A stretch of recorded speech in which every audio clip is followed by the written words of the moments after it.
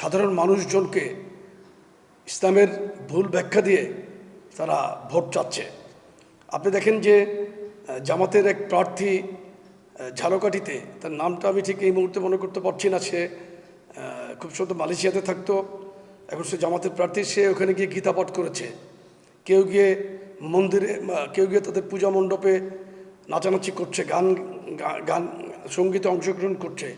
সবচাইতে খুবই দুঃখজনক দেখলাম যে অ্যাডভোকেট শিশির মনির যেটা বলল যে রোজার সাথে পূজার তুলনা করছে, এটা তো কোনো মুসলমান এটা স্বীকারই করা ঠিক না।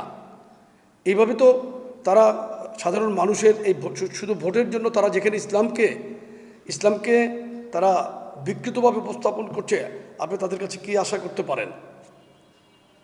সুতরাং এই সমস্ত যা করছে তারা, এটা আপনি গ্রহণযোগ্য না। এটা আমাদের মুসলমানরা, আমরা তাদের কাছ থেকে কোনো মুসলমান এটা আশা করে না। আমরা আশা করি মানুষ আস্তে আস্তে বুঝতে পারছে।